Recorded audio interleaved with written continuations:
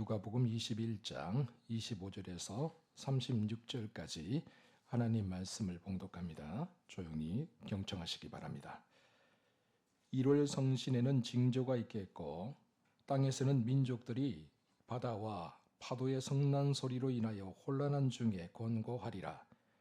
사람들이 세상에 임할 일을 생각하고 무서워함으로 기절하리니 이는 하늘의 권능들이 흔들리겠습니다.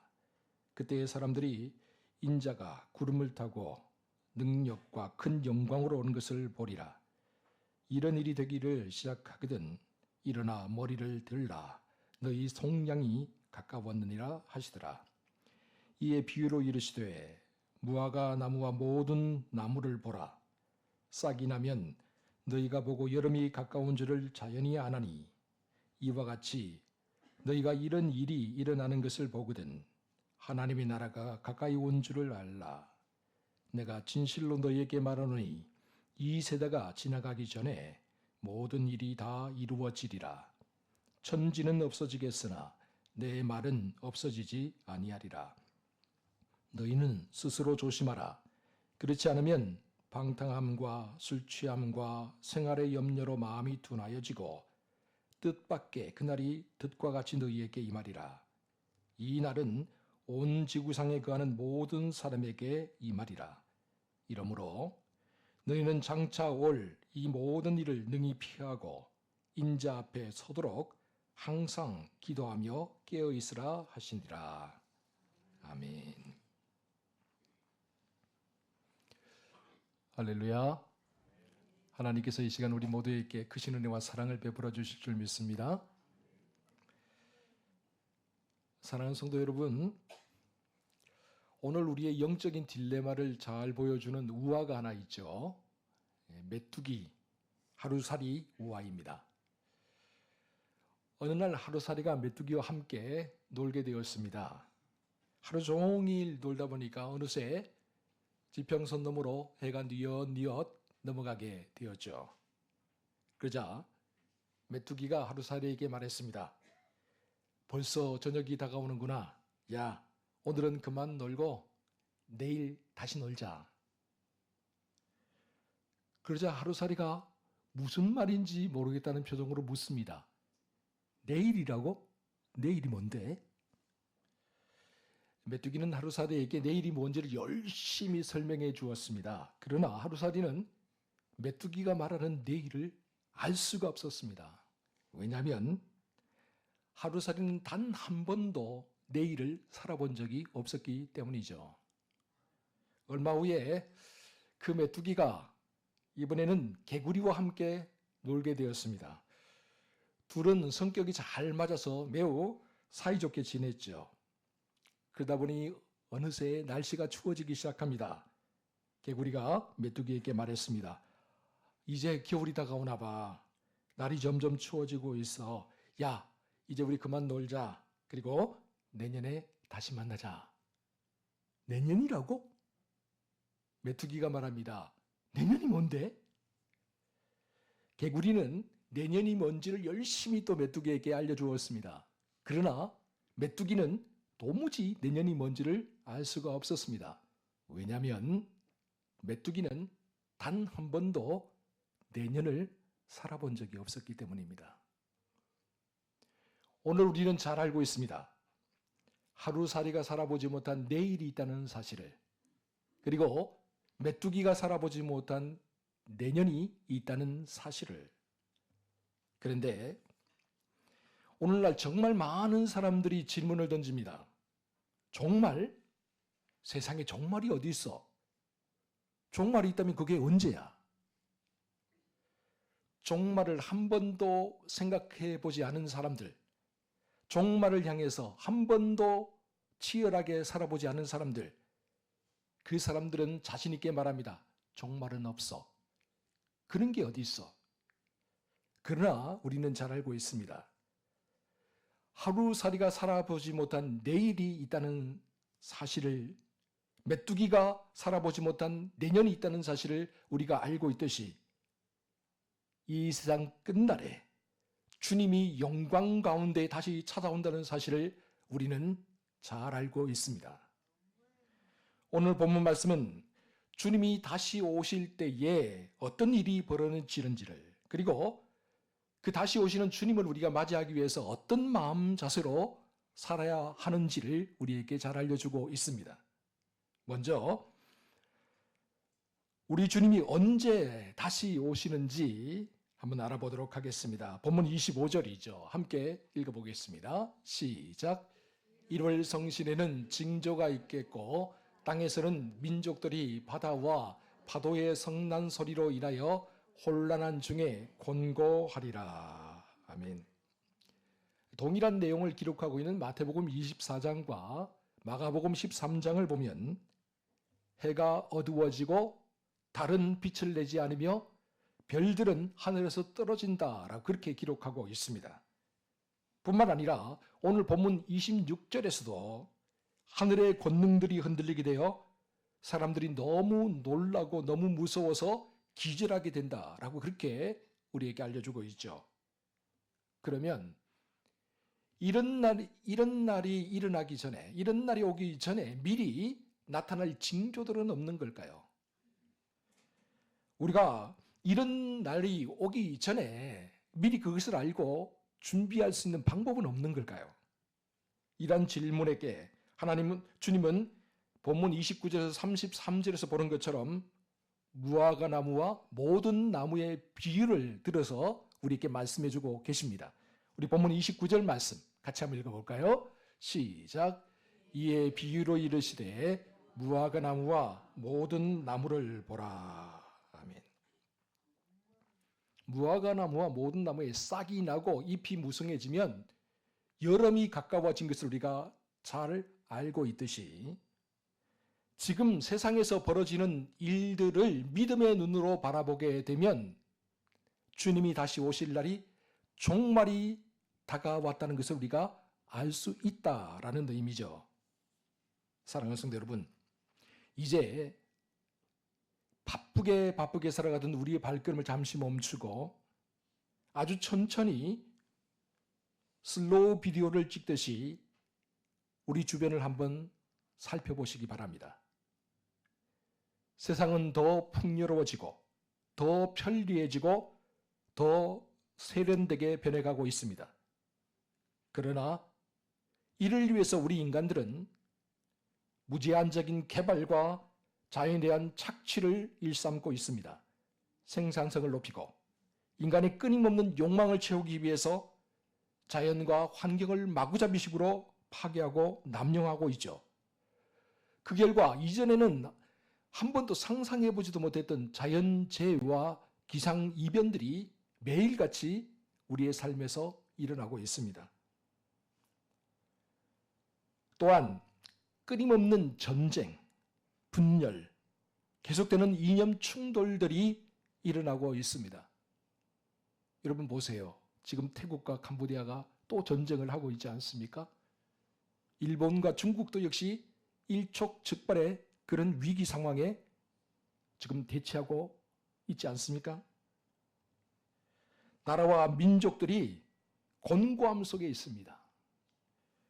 많은 성경학자들은 그래서 지금이야말로 말세의 지마를 향해 달려가고 있다고 우리에게 경고하고 있습니다.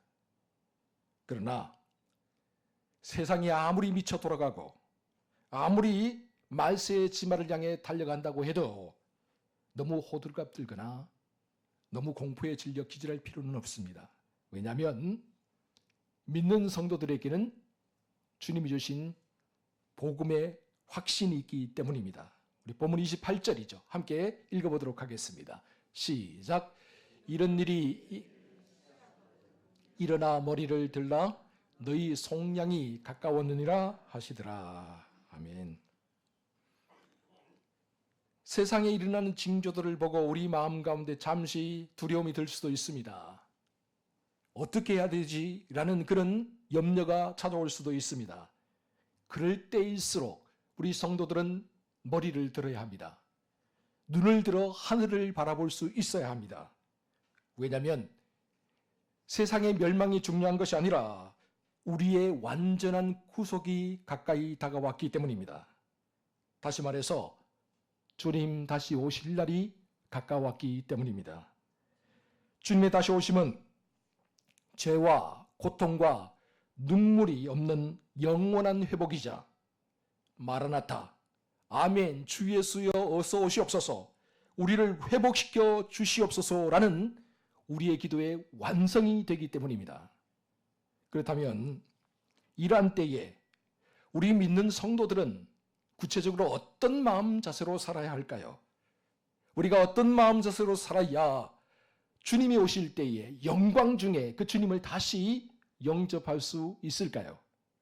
첫째, 스스로 삼가고 조심하라고 말씀하고 있습니다. 본문 34절 우리 함께 읽어보도록 하겠습니다. 시작.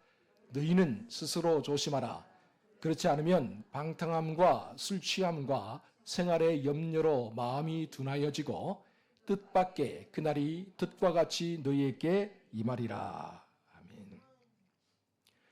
주님은 세상의 징조들을 통해 말세 지말을 분별할 것을 우리에게 말씀하신 이후에 첫 번째로 스스로 삼가라, 스스로 조심하라고 우리에게 경고하고 계십니다. 여러분, 우리가 경계하고 우리가 조심해야 될 것들이 세상의 외적인 것들, 그럴 수 있죠. 그런 것들도 많습니다. 그러나 어떤 의미에서는 우리 안에 있는 내적인 것들도 조심해야 된다라는 사실이죠. 방탕함, 술 취함, 세상의 염려.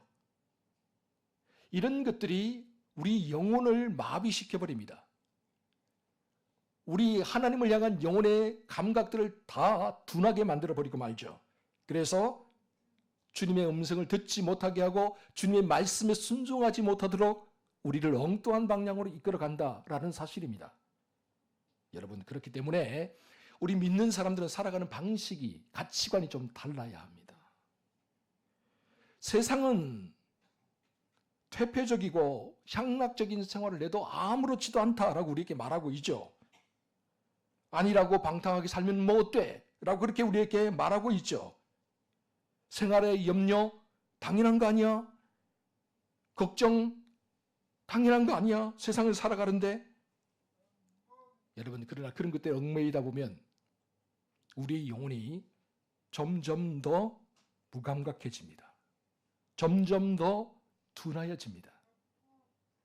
그렇게 세상이 말하는 대로 우리가 흘러가고 따라가다 보면 하나님의 음성을 듣지 못하게 되고 하나님으로부터 점점 멀어질 수밖에 없는 것이죠. 여러분, 하나님으로부터 멀어지는 순간 우리는 주님이 오실 그날을 기대하지 않습니다. 사모하지 않습니다.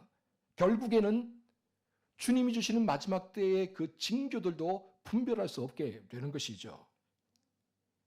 지난 시간에 살펴본 것처럼 미련한 다섯 처녀처럼 등만 들고 주님을 기다리다가 기름이 없어서 결국은 바깥 어두운 데로 쫓겨나게 될 뿐입니다. 노아의 홍수 때를 기억하십니까? 여러분, 세상 사람들은 먹고 마시고 시집가고 장가가는 일상의 탐닉에 빠져서 하나님으로부터 오는 경고를 무시했습니다. 노아가 100년 후에 이 세상이 물로 심판을 받게 될 것이라고 아무리 외쳐도 아무도 그 말에 귀를 기울이지 않았습니다. 오늘 우리도 역시 세상의 유혹에 휩쓸려서 우리의 마음이 둔해진다면 주님이 오실 날이 덫과 같이 올무와 같이 뜻밖의 우리 삶에 임하게 될 것입니다. 이처럼 우리의 마음을 지키는 일은 단지 외적인 것을 넘어서서 하나님을 향한 우리의 민감성을 항상 일깨워야 된다라는 사실이죠. 그러기 위해서 스스로 삼가하고 조심해야 합니다. 우리 시대 위대한 기독교 변증가인 C.S. 루이스라는 사람이 있습니다. 그에 져서 세상의 마지막 밤에라는 책을 보면 다음과 같은 이야기가 나오죠. 가장 끔찍한 것은 예수님의 재림이 일어나지 않는 것이 아니라 우리가 재림이 임박했음에도 불구하고 아무것도 기대하지 않으면서 살아가는 것이다. 우리가 일상생활의 사소한 것들에 너무 집착한 나머지 정작 가장 위대하고 결정적인 사건을 외면하면서 살아가게 될 때 우리의 신앙은 이미 죽은 것이나 다름없다. 사랑하는 성도 여러분, 우리의 영혼을 둔감하게 만드는 것은 무슨 거대한 악이나 엄청난 재앙이 아니라 우리 일상생활에서 날마다 일어나는 아주 사소한 것들, 세상의 유혹, 향락, 걱정, 무관심, 이런 것들이라는 거죠. 그러므로 다시 오실 주님을 기다리는 이 시절에 우리가 우리의 삶을 돌아보면서 삼가시기 바랍니다. 조심하시기 바랍니다. 우리의 믿음을 해치는 이런 독소들을 우리의 삶에서 제거하고 주님을 향해서 한 발자국 더 나아가기 위해서 힘써 노력하는 저와 여러분 모두가 되시기를 주의 이름으로 축원합니다. 둘째, 주님은 우리에게 항상 깨어서 기도해야 된다라고 또 말씀해 주고 계시죠. 본문 36절입니다. 우리 함께 36절 말씀 읽어보겠습니다. 시작. 이러므로 너희는 장차 올 이 모든 일을 능히 피하고 인자앞에 서도록 항상 기도하며 깨어있으라 하시니라. 아멘. 우리 주님 말씀하시죠. 세상의 마지막에 오면 숨어서 기다리라. 그렇게 말씀하지 않으셨어요. 세상의 마지막이 다가올 그 순간까지 깨어서 기도하며 기다리라. 이처럼 우리가 주님을 기다린다는 것은 소극적인 체험의 개념이 아닙니다. 주님을 기다린다는 것은 적극적으로 오늘 우리에게 주어진 삶을 살아내면서 충실하게 능동적으로 주님을 사모하는 마음을 가지고 살아간다는 그런 영적인 의미가 담겨져 있죠. 그래서 우리 시대의 위대한 영성가인 헨리 나우에는 춤추시는 하나님이라는 책에서 이 기다림을 다음과 같이 아름답게 표현하고 있습니다. 영적인 기다림은 빈둥거리며 시간을 허비하는 것이 아니라 태어날 아이를 기대하며 기다리는 어머니의 기다림과 같습니다. 이 기다림은 지금 여기에서 하나님의 임재를 느끼며 그분을 향해 온 존재를 개방하는 가장 능동적인 삶의 방식입니다. 그래서 기다리는 사람은 오늘을 충실하게 살되 그의 희망은 오직 미래의 완전한 회복에 뿌리를 내리고 있습니다.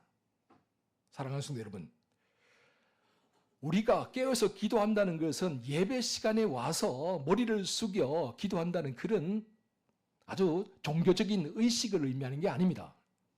우리가 깨어서 기도한다는 것은 하나님께서 오늘 나에게 원하시는 바가 무엇인지를 알기 위해서, 바르게 분별하기 위해서, 그리고 나를 향하신 하나님의 뜻과 계획대로 바르게 살아갈 수 있는 지혜와 용기를 구하는 것. 바로 이것이 우리가 깨어서 기도한다는 의미일 것입니다. 또한 다시 오실 주님을 맞이할 준비가 된 신부의 마음을 지키며 살아간다는 것. 이것도 또한 깨어서 기도한다는 의미겠죠. 여러분, 만약에 약혼한 사람이 있다고 한다면 그 사람은 아마 결혼식 날을 손꼽아 기다릴 겁니다. 많은 준비를 하겠죠. 기쁨으로 준비하고 즐거움으로 준비하고 여러 가지 기대를 가지고 준비하겠죠. 마찬가지입니다. 주님 우리를 신부로 삼아 주셨잖아요. 신부된 우리가 주님이 오실 날을 기다리면서 기대가 없다면, 우리에게 설렘이 없다면 그 기도는, 그 삶은, 그 신앙생활은 이미 죽은 것이나 마찬가지입니다. 믿는 성도들에게 가장 큰 소망이 있다면 그것은 다시 오실 주님을 만나고 주님과 함께 어린 양의 혼인잔치에 들어가는 것입니다. 그러므로 우리는 그날이 올 때까지 깨어서 기도해야 합니다. 영적으로 민감해야 합니다. 미국의 해군 제독이자 온자락 해군의 아버지라고 불리는 사람이 있습니다. 하이먼 G. 리코버 제독입니다. 20세기 중반이었죠. 미국에서 세계 최초로 원자력 잠수함을 만들어서 운영하는 그런 프로젝트를 진행하게 되었는데 이 프로젝트의 책임자가 바로 리코버 제독이었습니다. 이 잠수함에 오르는 장교들은 단 한순간에 실수만 해도 전 세계를 재앙으로 몰아갈 수 있기 때문에 엄청난 책임과 압박감에 시달려야 했다고 합니다. 특별히 리코버 제독은 더 그랬죠. 그래서 리코버 제독은 장교들을, 핵 잠수함에 오를 장교들을 선발하면서 지원자들을 다양한 방법으로 시험을 했다고 합니다. 때로는 윽박지르기도 하고요. 때로는 강력하게 그 사람을 막 꾸짖기도 하면서, 뿐만 아니라 그들의 지식도 얼마만큼 알고 있는지 정말 영혼을 탈탈 튼다고 하죠. 그 정도로 그렇게 철저하게 사람들을 선발했다고 합니다. 특별히 그가 던진 질문 중에 이런 질문이 있었다고 그래요. 당신이 맡은 이 핵잠수함이 지금 당장 침몰한다고 가정합시다. 그렇다면 당신은 인류 앞에서, 하나님 앞에서, 당신의 임무 앞에서 한 점 부끄럼 없이 행했다고 자신 있게 말할 수 있겠습니까? 여러분, 누가 이 질문에 예라고 대답할 수 있겠습니까? 누가 감히 이 질문에 나는 자신 있게 최선을 다했다고 그렇게 말할 수 있겠습니까? 그런데요, 그렇게 자신 있게 대답하지 못하는 사람들에 대해서는 리코버 제독이 다 탈락시켰다고 합니다. 예, 한 점 부끄럼 없이 제가 최선을 다할 수 있도록 노력하겠습니다. 그렇게 이야기하는 사람들, 그렇게 자기 임무와 자기에게 준 책무에 목숨을 걸고 하겠다고, 감당하겠다고 하는 사람들을 뽑았다고 하죠. 왜 그랬냐? 핵 잠수함이라는 게 잠시라도 방탕한 생각이나 사소한 염려의 생각이 뺏기면 문제를 일으키기 때문입니다. 잠시라도 둔감해하거나 안일하게 잠들어 있거나 게을러지면 정말 상상할 수 없는 인류의 재앙이 되기 때문입니다. 단 한순간이라도 자기의 주어진 자리를 이탈하거나 자기에게 주어진 책임을 외면하는 순간 그 잠수함에 타고 있는 모든 사람들이 다 종말을 맞이하기 때문입니다. 그래서 핵 잠수함을 지키기 위해서는 매 순간 깨어 있어야 된다. 긴장감이 필요하다라고 그렇게 리코버 제독은 말을 했습니다. 사랑하는 성도 여러분, 주님께서 우리가 깨어 있으라, 기도하라라고 말씀하시는 의미도 바로 여기에 있지 않나 생각을 해봅니다. 우리 영혼의 잠수함이 세상의 방탕함과 염려로 말미암아 침몰되지 않도록 매 순간 주님과의 관계를 점검하고 또한 매 순간 내가 하나님을 향해 바르게 나아가고 있는지를 점검하라는 주님의 준엄한 명령이자 또한 동시에 은혜로운 축복이겠죠. 그러므로 리코버 제독 앞에 섰던 모든 장교들이 그랬던 것처럼 오늘 우리도 역시 우리가 지금 이 순간 인생 마지막 순간이라면, 주님이 다시 오실 그날을 내일 다시 맞이한다면 내가 어떻게 살아야 되는가를 스스로에게 물어보아야 할 것입니다. 그리고 다시 오실 주님 앞에 섰을 때에 우리도 당당하게 고백할 수 있어야 하겠습니다. 주님, 저에게 맡겨진 모든 사명들, 저에게 허락하신 오늘이라는 이 시간 속에서 제가 최선을 다하며 살았습니다. 주님, 세상의 방탕함과 염려에 제 마음을 빼앗기지 않고 주님을 사모하는 마음으로 기도하며 살았습니다. 사랑하는 주님, 이제야 주님을 배울 수 있어서 참으로 기쁩니다. 참으로 이런 깨어있는 신앙 자세로 하루하루 다시 오실 주님을 기다리며 우리에게 주어진 일상생활 속에서 믿음으로 승리하며 살아가는 저와 여러분 모두가 될 수 있기를 주의 이름으로 축원드립니다. 기도하겠습니다. 사랑하는 주님, 우리는 기다립니다. 오늘 우리는 다시 오실 주님을 기다립니다. 그런데 오늘 우리의 모습을 가만히 돌아보면 너무나도 부족한 것이 많습니다. 다시 오실 주님을 맞이할 준비가 되어 있지 않습니다. 주님, 무엇보다도 스스로 삼가하며 살게 하여 주시옵소서. 세상이 말하는 방탕함과 술 취함과 염려, 그것에 얽매여서 살지 않게 하시고 다시 오실 주님을 향한 오롯한 마음을 가지고 살게 하여 주시옵소서. 주님, 그리고 깨어서 기도하게 하여 주시옵소서. 우리에게 주어진 인생길에서 주님의 뜻과 계획을 바르게 분별하게 하시고 또한 깨달은 말씀대로 살아갈 수 있는 용기와 지혜를 저희들에게 허락하여 주시옵소서. 사랑하는 주님, 우리는 기다립니다. 마라나타, 아멘 주 예수여 어서 오시옵소서. 이 땅에 다시 오셔서 새하늘과 새 땅을 이루실 우리 구주 예수 그리스도의 이름으로 기도하옵나이다. 아멘. 우리 찬송가 104장 고도소서 임마누엘 함께 찬양하겠습니다.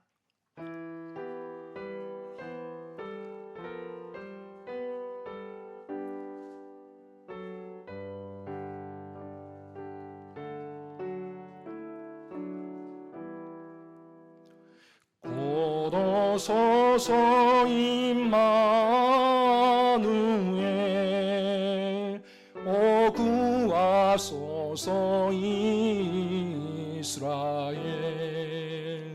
그 포로 생활 고달파 메시아 기다립니다. 기뻐하라 이스라엘 고도시리오 임마누엘 고도소서 지혜주 온 만물 질서 주시고 참 진리의 길 보이사 갈 길을 인도하소서. 기뻐하라 이스라엘 고도시리오 임마누엘 고도소서 소망주 만 백성 한마음 이루어 시기와 분쟁 없애고 참 평화 채워주소서. 기뻐하라 이스라엘 고도시